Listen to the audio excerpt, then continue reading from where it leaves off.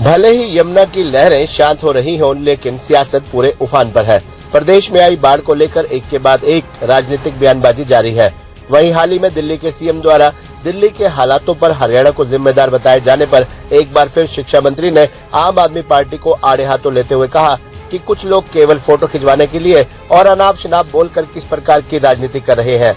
आम आदमी पार्टी जिस प्रकार से बयान दे रही है, यहाँ से पानी छोड़ने के बाद दिल्ली के हालात ऐसे हुए हैं, लगता है उन्हें इसके बारे में कोई भी जानकारी नहीं है।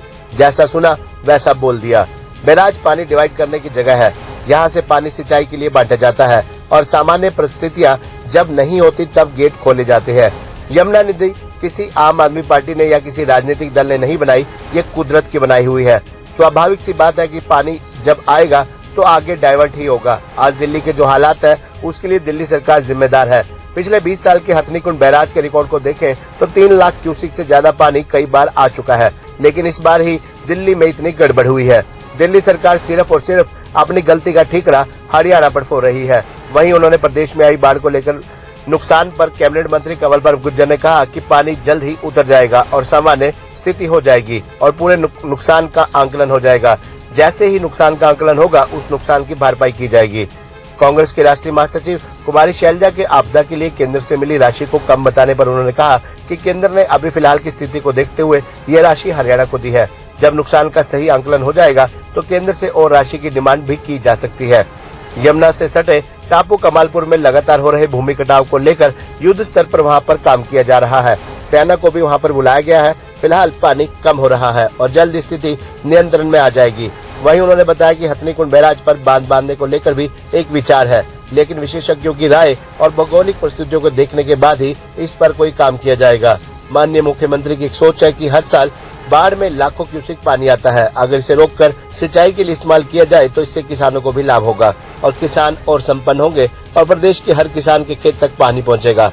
फिलहाल ऐसा एक विचार है। आज बिगड़ेगी तो इसके लिए पूरी तरीके से दिल्ली की सरकार जिम्मेदार है। सर सुरजेवाला जी कहते हैं कि ये हिमाचल प्रदेश की सरकार जो है कि सरकार उसमें कार्रवाई कर रही है और देखते हैं अगर जो इसके विशेषज्ञ हैं वो इस प्रकार की परमिशन देते हैं कि यहाँ बांध बन सकता है, क्योंकि उसमें कोई एक चीज नहीं है ऐसा कि मैंने एक फैसला कर लिया बांध बन जाएगा और उसका केवल मेरा फैसला। वो जो विशेषज्ञ हैं वो सारी मिट्टी को भी चेक करते हैं, सारी चीजों को चेक करते हैं कि क्या बन भी सकता है नहीं बन सकता, ये मिट्टी इतनी उसको सहन कर सकती है नहीं कर सकती है, पहाड़ उसको सहन कर सकते हैं नहीं कर सकते, या पानी जब रुकेगा तो कहाँ तक जाएगा, उस सारी चीज की रिपोर्ट करते हैं। तो वो उस पर कर रहे हैं। माननीय मुख्यमंत्री जी की बड़ी भारी इच्छा है। देखिए भावना की बात है, अगर तो आप किसी की समस्या का समाधान करना चाहते हैं तो अच्छी बात है, और अगर खाली आप बयानबाजी करना चाहते हैं तो फिर वो चुनावी स्टंट ही है। सर यमुना का भी तो कोई निर्णय नहीं है और नुकसान का भी पता तभी चलेगा जब पानी उतर जाएगा, तो उससे पता चलेगा कि फसलों को कितना नुकसान होगा, कहाँ कहाँ क्या क्या नुकसान होगा। तो उसकी जैसे ही जानकारी मिलेगी तो उसके साथ ही वो पैकेज देंगे। प्रशासन पूरे जोर शोर से वहाँ लगाया और सेना को भी वहाँ पे बुला लिया गया था, और जो इस टाइम जो उपलब्ध था, चाहे पेड़ काट के वहाँ बांध के पेड़ों को उनको डाल के पानी का जो बहाव था उसको बाधित करना, रोकना उस साइड से, ताकि भूमि कटाव वहाँ रुकना चाहिए। तो उसके लिए प्रशासन पूरी उसके साथ जुटा हुआ है और अब तो पानी भी काफ़ी कम हो गया, मैं समझता हूँ हम कंट्रोल कर लेंगे, कोई दिक्कत नहीं है। 15 से ज़्यादा परिवारों ने वहाँ से नहीं, ये तो स्वाभाविक सी बात है। देखिए जब अगर आप का कटाव भूमि कटाव चलता रहेगा तो उसके लिए खतरा है, उसके लिए वहाँ रुकना अच्छा नहीं है, वो तो करना ही चाहिए। मतलब ऐसा नहीं कि मैं जिद करके पानी के साथ बैठ दूँ और वो आ जाए, तो उससे पहले मुझे अपनी व्यवस्था कर लेनी चाहिए। तो वो कोई गलत बात नहीं है, वो करते ही हैं। और कोई आज पहली बार नहीं, गाँव के गाँव पहले बदले इस प्रकार से, लेकिन आज सरकार के पास संसाधन ज़्यादा है इसलिए सरकार उसको कंट्रोल कर लेती है। पहले ऐसे संसाधन नहीं थे और अब सरकार ने किया, उसमें कोई दिक्कत नहीं है। उसको वहाँ तक नहीं जाएगा, हमें पूरी उम्मीद है कि वहाँ तक कोई कटाव नहीं जाएगा, लेकिन ये जरूरी है कि पहले अपनी व्यवस्था कर लें। क्या ये टेंडर अगर पहले होते नहीं, टेंडर तो पहले होते हैं, लेकिन हमारा प्रयास है, मैंने अब की बार बात की कि अगर ये पहले हो जाए और बरसात के सीजन से 1-1.5 महीना पहले ही काम समाप्त हो जाना चाहिए, 2 महीने पहले काम समाप्त हो जाना चाहिए। तो हमने बात की है अभी और देखते हैं उसमें, लेकिन ये काम तो होते हैं। और ठीक है कि फ्लड की वजह से कई बार नुकसान भी पहुँचता है, स्टड बह भी जाते हैं, सब होता है। कोई भी पानी बेकार नहीं जाना चाहिए। तो हमारी सोच है कि जो पानी ये फ्लड का आता है, अगर हम इसको रोक लें यहाँ, अगर मतलब हम सफल होते हैं इसमें, तो निश्चित तौर से जो हमारे खेतों की प्यास है उसको बुझाया जा सकता है। और माननीय मुख्यमंत्री ड्रिप इरीगेशन पे भी इसलिए जोर दे रहे हैं कि ताकि फ्लड इरीगेशन को बंद करके हम ड्रिप इरीगेशन की तरफ जाएं, ताकि हरियाणा का एक भी खेत ऐसा ना हो जो सूखाग्रस्त हो, जो जिसको पानी न मिले, तो उससे उत्पादन भी बढ़ेगा भी और किसान भी संपन्न होगा। तो हमारा उसके लिए मुख्यमंत्री जी सड़क पे ही घूमते हैं बहुत, और बहुत दौरे करते हैं। जिस प्रकार से वो गांव में मिल रहे, मैं समझता हूँ आज तक कोई सरकार ऐसी नहीं है जिसने जनसंवाद इस प्रकार से किया और लोगों के साथ बैठ के बातचीत की हो। तो माननीय मुख्यमंत्री 3 दिन एक जिले में लगे रहे।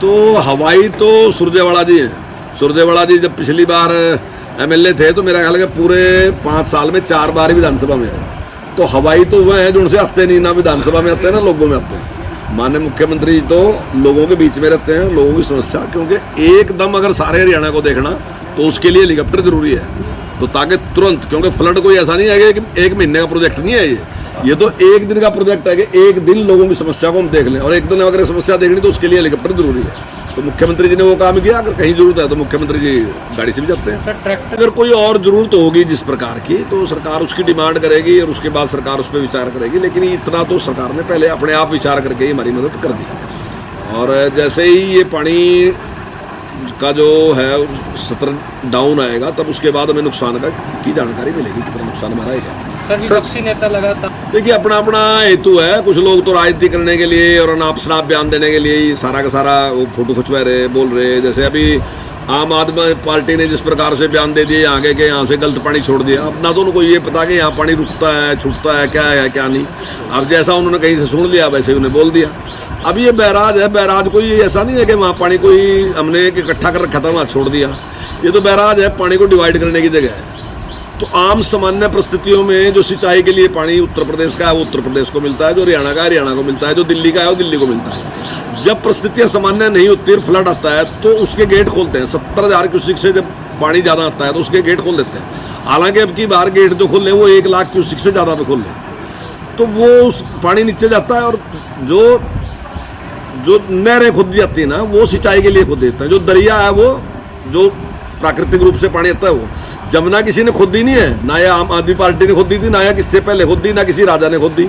ये तो परमात्मा की बनाई है जैसे बनी।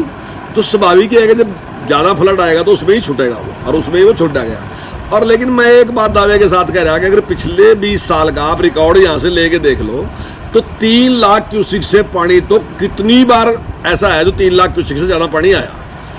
अगर अब की बार इतनी गड़बड़ दिल्ली में हुई तो इसका मतलब पूरी तरीके से दिल्ली सरकार इसके लिए जिम्मेदार है, क्योंकि उसने वहाँ का जो मैनेजमेंट था उसका सही नहीं था। उसकी जो फ्लड के लिए जो कार्रवाई उसने करनी चाहिए थी वो सही नहीं थी। इसकी वजह से दिल्ली में इतना नुकसान हुआ। नहीं तो 3 लाख तो कोई था नहीं। 3 लाख तो पता नहीं कितनी बार आ लिया, 3 लाख से ज्यादा। यहाँ तो 8, 8.5 लाख, 9 लाख तक का पानी आ लिया। खबरनामा हरियाणा के लिए यमुनानगर से सुमित ओबराय की रिपोर्ट।